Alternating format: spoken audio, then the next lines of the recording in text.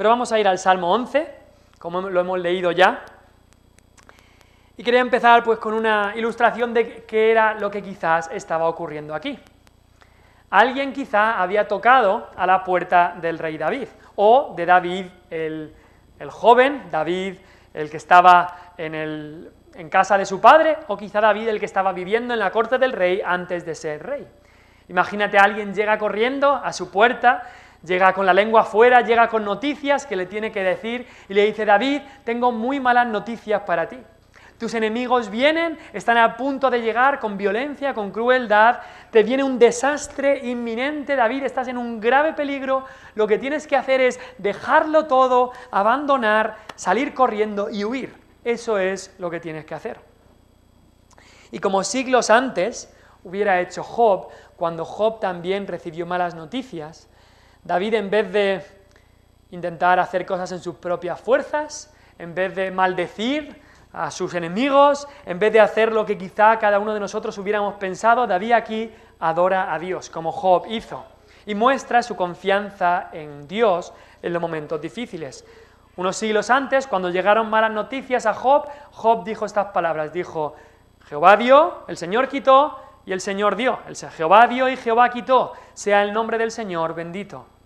Y David aquí adora también a Dios. Y prácticamente un resumen de este salmo podría ser David diciendo: ¿para qué escapar cuando puedes confiar? ¿Para qué escapar cuando puedes confiar? Y es que tú y yo un día puede ser, y lo más seguro es que con toda seguridad experimentemos lo mismo que experimentó David, quizá no con las mismas circunstancias, pero cosas muy parecidas. Quizá recibas esa llamada del médico que tanto te ha dado miedo, que tanto has temido.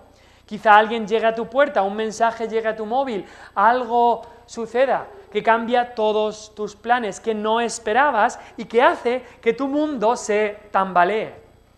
O quizá no sea tan brusco como una cosa así, quizá es algo que poco a poco empieza a degradarse en tu vida, algún área de tu vida que poco a poco va peor, peor, peor, hasta que llega un punto en que parece que todo se va a caer, parece que se va a venir abajo. Y hay veces en la vida que parece eso, que todo se va a desmoronar, mi vida se desmorona. Muchas personas dicen y muchas personas piensan, y muchas veces los cristianos también. Como ahora estamos viendo tantos incendios y mucha gente se escuchan los testimonios de que de un día a otro tenía su casa, tenía todo y todo se desmorona, como ocurrió por supuesto también con el volcán de La Palma hace unos meses. Llega algo que se lleva todo lo que pensábamos que tendríamos para siempre, que esto iba a continuar y todo se desmorona o parece que se desmorona en un momento. Y al final llegamos a estar, como decía el rey David aquí: si fueren destruidos los fundamentos, si todo se está cayendo, ¿qué hacer cuando parece que todo se viene abajo? Dice: ¿qué ha de hacer el justo? Y esa es la pregunta que queremos responder hoy. ¿Qué hacer cuando parece que todo se viene abajo? Cuando todo parece que va mal, todo parece venirse abajo, tenemos que darnos cuenta que el cristiano debe mirar a Cristo. Cuando todo parece venirse abajo, el cristiano debe mirar a Cristo. No mirar a las circunstancias, sino mirar al Creador. No mirar a las circunstancias, sino al Creador. No poner los ojos en el incendio, sino en aquel que es el inmortal, el invisible. No mirar al enemigo, sino mirar al que está conmigo, al que está con nosotros. Y lo que tenemos que hacer como cristianos es mirar a Cristo, es conocer a nuestro Dios, porque al final, al mirar a Cristo, conoceremos más a nuestro Dios. Dice 2 Corintios 4:6, que Dios, que mandó que de las tinieblas resplandeciese la luz, es el que resplandeció en nuestros corazones para iluminación del conocimiento de la gloria de Dios en la faz de Jesucristo. ¿Cómo puedes conocer más a Dios? Mirando a Cristo, en la faz, en el rostro, en la cara de Cristo. Allí verás la gloria de Dios. El salmista, David, el rey David, que luego sería rey, seguramente cuando escribió ese salmo no lo era, pero el salmista era un hijo de Dios. Empieza el salmo diciendo con palabras preciosas, dice: en el Señor, en Jehová he confiado. Yo he confiado en el Señor. Yo no estoy confiando en otras cosas, sino en el Señor. Sabemos que David, desde su juventud, desde que cuidaba las ovejas de su padre, era un varón, un joven que confiaba en Dios, un joven que decidió creer a Dios, Un joven que decidió que toda su fe y su confianza no iba a estar en sí mismo, no iba a estar en lo buena persona que podría ser, sino en Dios. David sabía que no podía depositar su confianza en el rey Saúl, porque el rey Saúl ya les había dejado tirados, ya había desechado a Dios y su palabra, como estamos viendo los domingos. Tampoco podía confiar en quizá los jueces que tenían por ahí, que seguramente serían los hijos de Samuel, porque esos jueces tampoco estaban actuando bien y actuaban por soborno. No se podía confiar en el rey, no se podía confiar en los jueces. David sabía que tampoco podía confiar en sí mismo. Sabía que su corazón era engañoso más que todas las cosas. David decidió confiar en Dios. En el Señor he confiado. Y así empieza el Salmo. David ha confiado en el Señor. Así que este mensaje es en especial para aquellos que han confiado en el Señor. El mensaje de este Salmo no es para aquellos que están confiando en otra cosa, porque ellos están en un grave problema.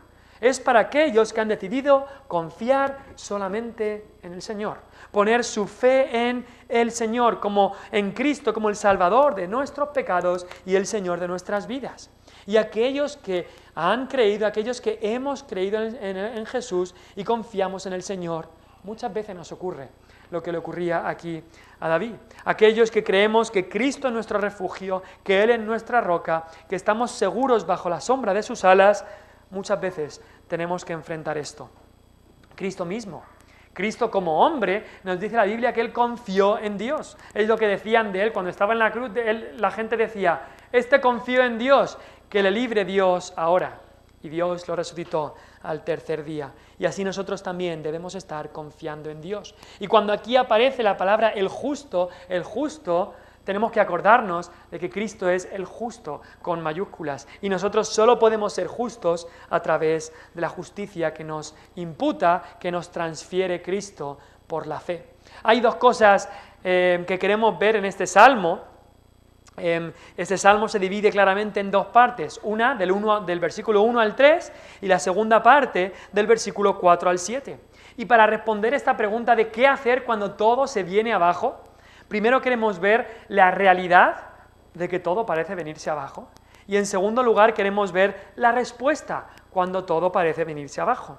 En los primeros 3 versículos vemos esta realidad de que a todos nos ocurre momentos en los que todo parece venirse abajo. Aquellos que confiamos en el Señor. No solo le ocurre a la gente del mundo, también a los que confiamos en el Señor. Pasamos por momentos en los cuales parece que todo está contra nosotros. Jacob, que era un hijo de Dios, el hijo de los 12 tribus, el padre de las 12 tribus de Israel, llegó un momento en su vida que tuvo que decir estas palabras, tuvo que decir, contra mí son todas estas cosas. Él pensaba que todo lo que ocurría era contra él. Y todos pasamos por momentos de ansiedad, momentos de mucha ansiedad en nuestra vida, momentos de peligro, que estamos en peligro, momentos de tribulación, que todo parece que sale mal, y hay tribulación en nuestro corazón y en nuestro derredor, momentos de crisis quizá económica, crisis de muchos tipos, momentos de tristeza y duelo, momentos también de cambios bruscos que ocurren en nuestra vida, o como decía el apóstol Pablo en Romanos 8, momentos de tribulación, angustia o persecución, o hambre o desnudez, o peligro, o espada, o guerra, momentos así, momentos en los que los fundamentos de nuestra vida parece que se están destruyendo, y esto es una realidad, Y en el versículo 1 vemos que aparece una tentación en estos momentos, y es la tentación de abandonar todo, la tentación de abandonar cuando todo parece venirse abajo. Cuando David estaba en estos problemas, venía gente y le decía lo que aparece en el versículo 1. Que él tiene que responder con estas preguntas. ¿Cómo decís a mi alma que escape al monte cual ave? Malos consejeros habían venido a David. Malos consejeros, utilizados por el mismo Satanás, le decían a David, abandona, déjalo ya, hasta aquí, ya has sufrido demasiado, estás en grave peligro, vete, abandona todo. Venían los enemigos y alrededor de él había mucho pánico. Le decían, lo mejor que puedes hacer cuando parece que todo se desmorona, es salir corriendo. Tienes que salir corriendo. El predicador Spurgeon dijo, cuando Satanás no puede derrocarnos por el orgullo, cuán astutamente él buscará nuestra ruina por la incredulidad. Si Satanás no puede tirarte y hacer que dejes todo por el orgullo, por traerte orgullo a tu vida, pues va a traer incredulidad. Esa es siempre la segunda vía que él utiliza. Y quizás en este tiempo David estaba allí en la corte de Saúl. Y salir corriendo hubiera sido una muestra de cobardía, hubiera sido quizás dejar su puesto de responsabilidad, hubiera sido no confiar en Dios. Sabemos que hubo otros tiempos que que David, por su vida, sí que tuvo que salir corriendo, pero en este momento eso hubiera sido una falta de confianza en Dios. Hay otros casos en la Biblia que les ocurrió lo mismo. Tenemos el caso de Nehemías. Nehemías fue este hombre después de que el pueblo había sido llevado cautivo a Babilonia y había vuelto de Babilonia, llegaron a Jerusalén y las murallas de Jerusalén estaban destruidas. Así que Nehemías vino para construir estas murallas. Y cuando Nehemías estaba ocupado construyendo la muralla, tenía muchos enemigos que no querían que nadie viniese para buscar el bien de Israel. Y también algunos amigos, entre comillas, que le tentaban y le decían: Nehemías, estás en un grave peligro, vete corriendo, huye, ve a tal sitio, ve al otro sitio. Incluso una vez vinieron y le dijeron: mira, esta noche vienen a matarte, tienes que huir o tienes que meterte en el templo porque te van a matar. Le dijeron a Nehemías, pero solo estaban buscando que él huyera para que la obra no se hiciera. Y Nehemías respondió diciendo: ¿un hombre como yo ha de huir? ¿Y quién que fuera como yo entraría en el templo para salvarse la vida? No entraré. Las mismas palabras son muy parecidas a la que está diciendo David aquí. ¿Cómo decís a mi alma que yo escape cual ave? Que me vaya a otro sitio, que huya, que abandone. Yo he confiado en el Señor. No estoy confiando en los hombres, estoy confiando en el Señor. Y por supuesto, nuestro ejemplo más grande es Cristo. Cristo vino a hacer una obra. Como David tenía que hacer una obra y por eso se quedaba en el lugar, Nehemías tenía que hacer la obra de construir las murallas, así Cristo vino a hacer una obra. La obra que vino a hacer es dar su vida en rescate por muchos, morir por el pecador. Y cuando lo dijo a sus discípulos, ¿qué le dijo uno de sus discípulos? Pedro. Pedro le aconsejó: no, que no te acontezca nada de esto. En Mateo 16, 22 al 23, dice ahí: entonces Pedro, tomándolo aparte a Jesús, comenzó a reconvenirle diciendo: Señor, ten compasión de ti, en ninguna manera esto te acontezca. Pero Cristo, volviéndose, dijo a Pedro: quítate de delante de mí, Satanás, me eres tropiezo, porque no pones la mira en las cosas de Dios, sino en las de los hombres. Cristo iba a hacer la voluntad del Padre, él estaba confiando en el Padre, no iba a huir. Es más, el mismo Pedro, otra vez ya al final de la vida de Cristo, cuando vinieron toda la turba con Judas a acoger a Cristo y a llevárselo, ¿qué hizo Pedro? Otra vez lo mismo. Quería que Cristo huyera, sacó la espada y empezó a intentar defender a Cristo para que Cristo huyera. Y Jesús entonces dijo a Pedro en Juan 18:11: mete tu espada en la vaina, la copa que el Padre me ha dado no la he de beber. Cristo estaba diciendo: ¿cómo decís a mi alma que escape al monte cual ave? Yo voy a hacer la voluntad del Señor, estoy confiando en el Señor. Pero cuando todo parece venirse abajo, esa es una gran tentación. Apaga y vámonos. Coge haz las maletas y vete. Incluso algunos vienen y dicen: empieza una nueva vida. Todo se ha venido abajo, o todo parece venirse abajo, empieza algo nuevo. Pero David decía: yo he confiado en el Señor, voy a seguir perseverando, confiando en Él. En el versículo 2 lo que encontramos no es tanto la tentación de huir, sino ahí encontramos el ataque del enemigo. ¿Cómo es este ataque del enemigo por el que todo parece venirse abajo? Dice ahí: porque he aquí, ¿por qué le estaban diciendo todos: vete de aquí, huye? Dice: porque he aquí, los malos tienden el arco, disponen sus saetas sobre la cuerda para asaetear en oculto a los rectos de corazón. Estos amigos de David le avisaban de todo el mal que el enemigo iba a hacerle. Le decían: mira, el enemigo es muy cruel, el enemigo no perdona, el enemigo está ya con el arco ya tendido, la saeta ya está sobre la cuerda, es que no te puedes escapar, es que si te quedas aquí no vas a tener escapatoria, incluso te van a atacar en secreto, que nadie se va a enterar, nadie va a venir a ayudarte, vete de aquí. Y Satanás quiere que todo eso esté en nuestra cabeza. que todo eso esté en nuestra cabeza y nos entre en dudas de todo y estemos desconfiando de Dios, viendo el poder del enemigo, que sí que tiene poder, que estemos dudando del poder de Dios. Es que del poder del enemigo al poder de Dios no hay color, hay una infinitud de diferencia, pero el enemigo quiere que pensemos que el poder suyo es tan grande que eso nos haga dudar. Y muchas veces nos ponemos a hablar y hablamos de lo mal que está el mundo, y yo soy el primero, y de la maldad que hay en el mundo, y de la mentira, y del fraude, de la pereza, de la inmoralidad, de las familias destruidas, de todo eso. Y también, por supuesto, hablamos de lo mal que están muchas iglesias, de la falsa doctrina que entra, de las malas prácticas, de la codicia de algunos líderes, o la inmoralidad, o las herejías que entran, los chismes que salen, las divisiones que se causan, etc. Y ahora, es algo sabio saber y conocer las maquinaciones del enemigo. Creo que era el apóstol Pablo que dijo, no ignoramos sus maquinaciones, sabemos las tácticas y lo que está intentando el enemigo, pero mucho cuidado con quedarnos ahí, mucho cuidado con solo quedarnos en lo que hace el enemigo y pensar en todo lo mal que está haciendo, pero no conocer lo que puede hacer Dios y lo que quiere hacer Dios y lo que está haciendo Dios, lo que nuestro Dios quiere y puede hacer. Y así el enemigo quería que David solo se quedara con el versículo 2, con todo este mal que estaban haciendo los enemigos. Y claro, cuando nuestra mente se queda solamente con esto, ¿qué es lo que nos entra? Entran dudas. Y esas dudas las vemos en el versículo 3, vemos ahí las dudas que aparecen cuando todo parece venirse abajo. Empezamos a pensar, ¿y si esto? ¿Y si lo otro pasara?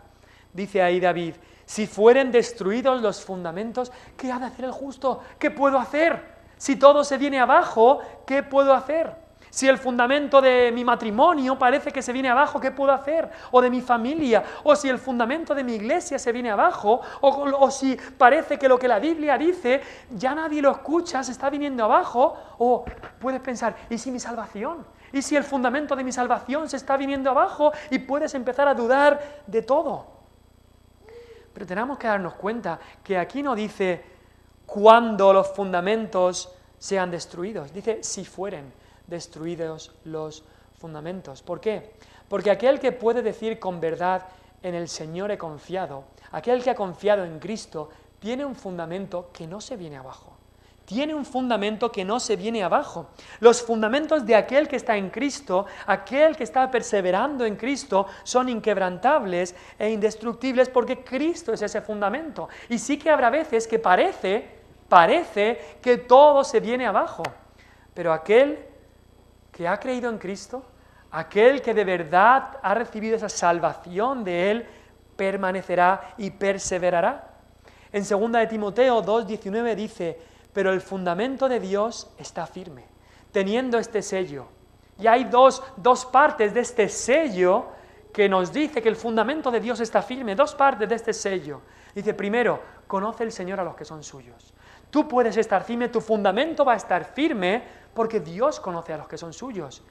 Pero la otra parte del sello no solamente es esa de la soberanía de Dios, de los atributos de Dios, la otra parte del sello dice, y apártese de iniquidad todo aquel que invoca el nombre de Cristo. Conoce Dios a los suyos y nosotros nos apartamos de iniquidad y así podemos estar seguros con ese sello de que el fundamento de Dios está firme. Ahora, es verdad, la sociedad ha dejado todos los fundamentos que Dios ha establecido o los están dejando poco a poco, o mejor dicho, poco a poco, mucho a mucho los están dejando. Pues, ¿qué fundamentos podemos decir? El fundamento de la deidad de Cristo, por ejemplo, desde el principio, desde los primeros siglos, ya fue atacado ese fundamento. Otros fundamentos como el de la palabra de Dios, que es la total autoridad, que es inspirada por Dios, que es sin error. Todos esos fundamentos, desde el principio y también en los últimos siglos, están siendo atacados. El fundamento de que la salvación es solamente por gracia, por medio de la fe, está siendo atacado. El fundamento de que Dios es el creador, que este mundo no es un accidente, está siendo atacado. El fundamento de la familia, no lo tengo que decir, está siendo atacado. El fundamento de que el matrimonio es permanente, de que el matrimonio es entre un hombre y una mujer. Ya no saben ni qué es un hombre ni qué es una mujer en este mundo. ¿Por qué? Porque han dejado los fundamentos del Señor. Pero el justo, aquel que ha confiado en Cristo como su justicia, su fundamento va a permanecer. Pero cuando nos enfocamos en estas cosas, llegamos a esta duda y decimos, ¿qué vamos a hacer? ¿Qué puedo hacer? Porque parece que todo se desmorona. ¿Vamos a poder aguantar? Incluso algunos dicen, ¿cuánta vida le queda a la Iglesia de Cristo? Todo parece que va en contra de Dios. Vivimos en un mundo sin Dios, un mundo que no quiere saber nada de Dios, ni de todo lo que Dios ha instituido. Y hay gente que dice, ¿cuánta vida le queda a la Iglesia de Cristo? Esa es la realidad de cuando todo parece venirse abajo. Pero del versículo 4 al 7 encontramos la respuesta. Ahí está la respuesta cuando todo parece venirse abajo. David acaba esta primera sección con esta pregunta, ¿qué ha de hacer el justo? ¿Qué vamos a hacer? ¿Qué vamos a hacer? Una pregunta que muchos nos hemos hecho. ¿Qué vamos a hacer? Todo parece negativo, todo parece que va mal. ¿Qué vamos a hacer? Y la respuesta me encanta, la respuesta del Espíritu Santo a través de David, porque la respuesta no es una serie de normas que tienes que seguir, la respuesta no es haz esto, primer paso, segundo paso, tercer paso, y podrás tener la victoria o lo que sea. La respuesta empieza con Dios. ¿Qué ha de hacer el justo? Y dice, Jehová está en su santo templo. Te está diciendo ahí, mira, la respuesta está en mirar a Dios. La respuesta está en fija los ojos en Cristo. Mira qué es Dios, cómo es Dios, mira cómo Dios actúa. Por eso decía el profeta, mi pueblo perece por falta de conocimiento de quién es Dios. El pueblo que no conoce a Dios se va a quedar inmóvil cuando esto ocurra, se va a deprimir, se va a quedar sin saber qué hacer. Pero dice el libro de Daniel que el pueblo que conoce a su Dios se esforzará y actuará. El pueblo que conoce a su Dios se esforzará y actuará. Y muchas veces somos muy prácticos y nos gusta un libro de ayuda. Nos gusta buscar en internet qué hacer para hacer esto, cómo hacer tal, cómo hacer lo otro. ¿Qué tengo que hacer si mi matrimonio va mal? ¿Qué debo hacer si en mi iglesia hay problemas? ¿Qué debo hacer si mi hija se rebela? ¿Qué debo hacer si no llego a fin de mes? Etcétera, etcétera. Pero ¿sabes lo que necesitas hacer? Necesitas a Dios. Necesitas a Dios. Y no lo que necesitas no es que Dios venga y te solucione todos los problemas, como frotando el genio de la lámpara. Aparece Dios, te lo soluciona y ya puedes seguir sin Dios. No. Lo que necesitas es conocer profundamente a Dios, ponerte a estudiar en serio quién es Dios. La respuesta cuando todo parece venirse abajo es conocer más a Dios. La respuesta cuando todo parece venirse abajo es conocerle más a Él. Por eso David en el versículo 4 dice, Jehová está en su santo templo. Empieza con Dios. ¿Y cómo es Dios? Jehová está en su santo templo, Jehová tiene en el cielo su trono. En este versículo 4 nos habla de que Dios reina en su gloriosa santidad y también en su omnisciencia. Dios está reinando, Dios está en su trono. Cuando nuestra vida se desmorona, Dios sigue en su trono. No es que Satanás se haya subido al trono y ahora reina Satanás y ay, pobre de mí, no, Dios sigue en su trono.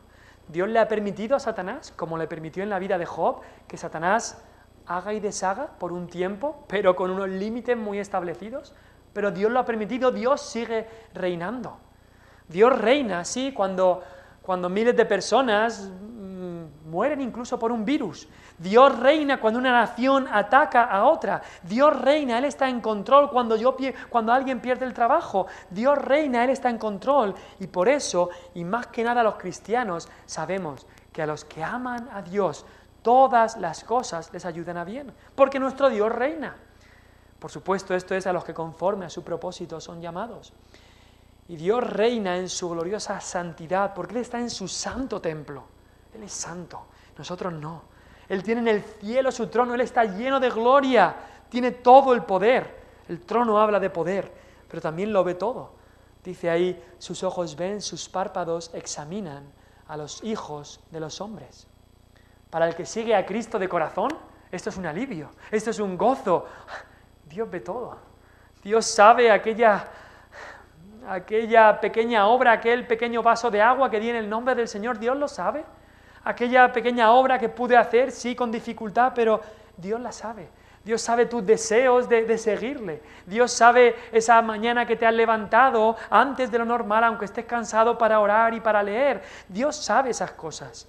A Él no se le escapa nada. Y para el que sigue a Cristo de corazón es un alivio. Pero al que persigue a Cristo con maldad y violencia y odio, no es un alivio, es terrorífico. Saber que Dios lo ve todo. Que Dios ve todo. Que Dios ve todo lo que he hecho, todas las veces, que no se le escapa nada, ni un hecho, ni una palabra, ni un pensamiento, ni una motivación. Para el que odia a Dios, esto es terrorífico, porque Dios sabe todo lo que has hecho, todo lo que has pensado en cada minuto de cada día, de cada año. Es como una cámara que haya grabado todos nuestros hechos, todos nuestros pensamientos, y haya una cámara, un grabador que haya grabado todas nuestras palabras. Imagínate. Dios lo sabe, lo ve todo, sus ojos ven, sus párpados examinan a los hijos de los hombres, por supuesto. Dios es espíritu, esto es una forma para que lo entendamos. No tenemos que pensar que Dios tiene ojos, porque Dios es espíritu, que Dios tiene párpados. Eso es una forma de hablar para que lo entendamos, pero que nos dice aquí que Él examina todo. No es solamente un vistazo que sabe más o menos cómo vives, Él lo ve todo. Pero no se queda ahí. Dios no es solamente una cámara neutral que lo graba todo y ya está. Mira lo que dice el siguiente versículo. Jehová prueba al justo, pero al malo y al que ama la violencia, su alma los aborrece.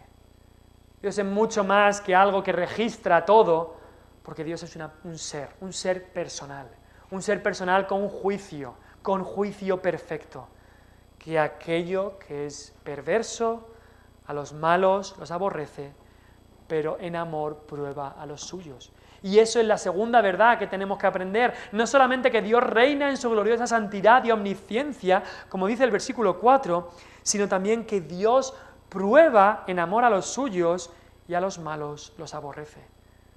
Tenemos que entender eso. Cuando todo se desmorona, tenemos que entender eso. Tenemos que entender y conocer cómo es nuestro Dios. Él es rey, pero Él es también un juez, un examinador. Él es un examinador que da a sus hijos un examen que podemos pasar. Un examen que con la ayuda del Espíritu nos prueba. Para probarnos, como decía Job, me probará y saldré como oro. Esa es la prueba que Dios le da a sus hijos. Al malo y al perverso no los prueba. Al malo y al perverso los deja en sus caminos y su alma los aborrece. Como habla Filipenses 1:28, que dice, y en nada intimidados por los que se oponen, que para ellos ciertamente es indicio de perdición, mas para vosotros de salvación, y esto de Dios. La persecución que estaban sufriendo los filipenses, como vimos ya hace unos meses, la misma persecución era una prueba para los creyentes, un examen y un argumento de que sí, de que eran creyentes, de que eran salvos, y la misma persecución era una prueba para los no creyentes, era un indicio y una certificación de que iban en el camino de perdición. Así que tenemos que entender eso. Versículo 4, tenemos que saber que Dios reina. En el versículo 5 tenemos que saber que Dios es juez. Dios prueba, enamora a los suyos y su alma aborrece a los malvados. Pero en el versículo 6 tenemos también que saber que Dios juzgará a los malvados. Dice ahí, sobre los malos hará llover calamidades. Fuego, azufre y viento abrasador será la porción del cáliz de ellos. Por supuesto, leer ese texto nos lleva el pensamiento a lo que ocurrió en Sodoma y Gomorra. Fuego y azufre cayó allí. Fueron juzgados por su pecado. Pero ¿cuánto más? Porque sabemos que en Sodoma y Gomorra no tenían Biblia. Sodoma y Gomorra no tuvieron predicadores más que a Lot y el ejemplo de Lot. Pero ¿cuánto más aquellos que sabiendo y escuchando el Evangelio se han dedicado a perseguir y a ir y a saetear y a intentar atacar al justo? ¿Cuánto más Dios los juzgará a ellos? Es lo que Cristo dijo de Capernaum y de otras ciudades de su tiempo. que su castigo sería peor incluso que el de Sodoma y Gomorra, porque Cristo había predicado en ellas y aún así, aún con tanta bendición y tanto privilegio, habían ido en contra del Evangelio y en contra del mismo Cristo. Estas verdades son las verdades que necesitamos cuando todo se desmorona, cuando vemos ataques de todas partes, cuando parece que los fundamentos van a ser destruidos, que Dios reina en su gloriosa santidad, en su gloria, en su santidad, en su omnisciencia. Dios reina y que Dios nos está probando. Dios nos está probando. Dios no nos está enviando condenación porque Cristo llevó ya la condenación. Dios nos está probando. También que Dios juzgará al malvado. Él es un juez justo y Él se aira contra el malvado todos los días. Lo vemos eso en el Salmo 5.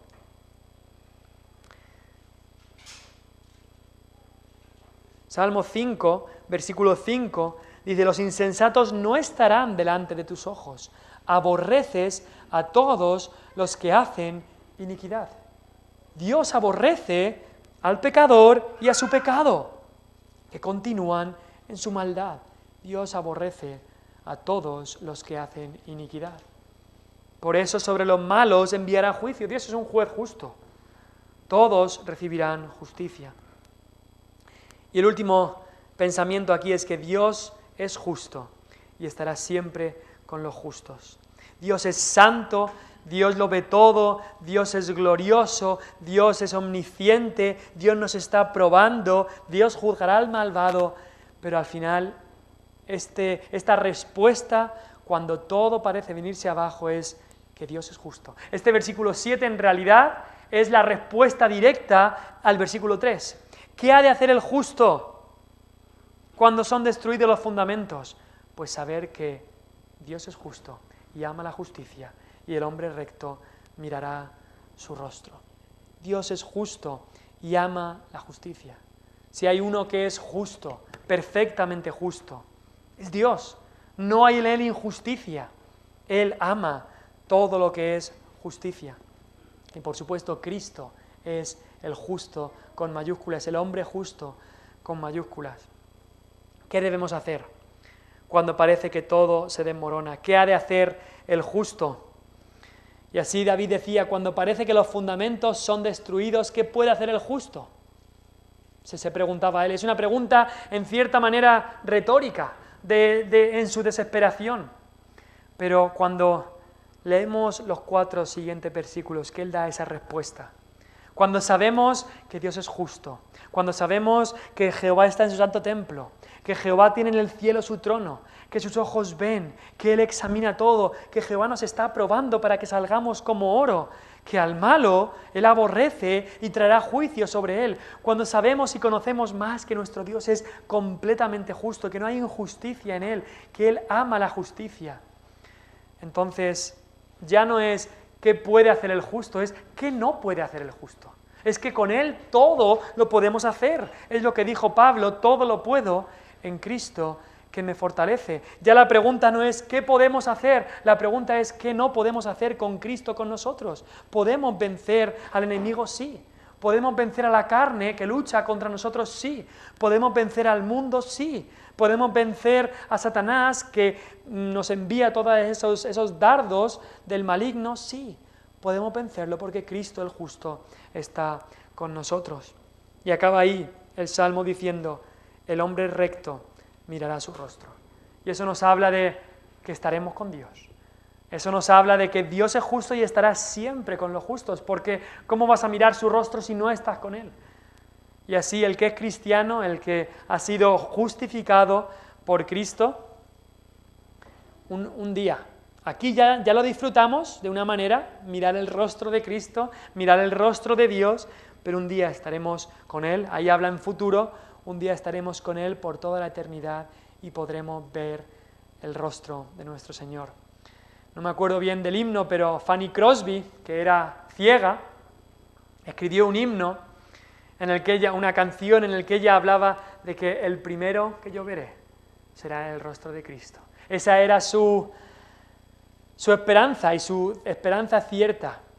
Ella tuvo un problema cuando era niña y que se quedó ciega por un médico que dio una medicina que no era buena y se quedó ciega toda su vida, pero escribió muchísimos himnos, conocía la palabra, la Biblia muy bien, y su deseo y su anhelo era un día estar en el cielo, y el primer rostro que ella vería sería el rostro de Cristo. Y así dice aquí, no solamente Fanny Crosby, sino el hombre recto. No que nosotros en nuestras buenas obras podamos ser rectos, pero sabemos que somos justos y rectos por Cristo el recto, que nos da su justicia por la fe. El hombre recto mirará el rostro del Señor, y yo anhelo ese día. Yo deseo con todo mi corazón que llegue ese día, cuando el Señor quiera, por supuesto, que llegue ese día cuando estemos con Él por toda la eternidad y podamos ver el rostro de nuestro Salvador Jesucristo. Podamos estar con Él para siempre. Ya no habrá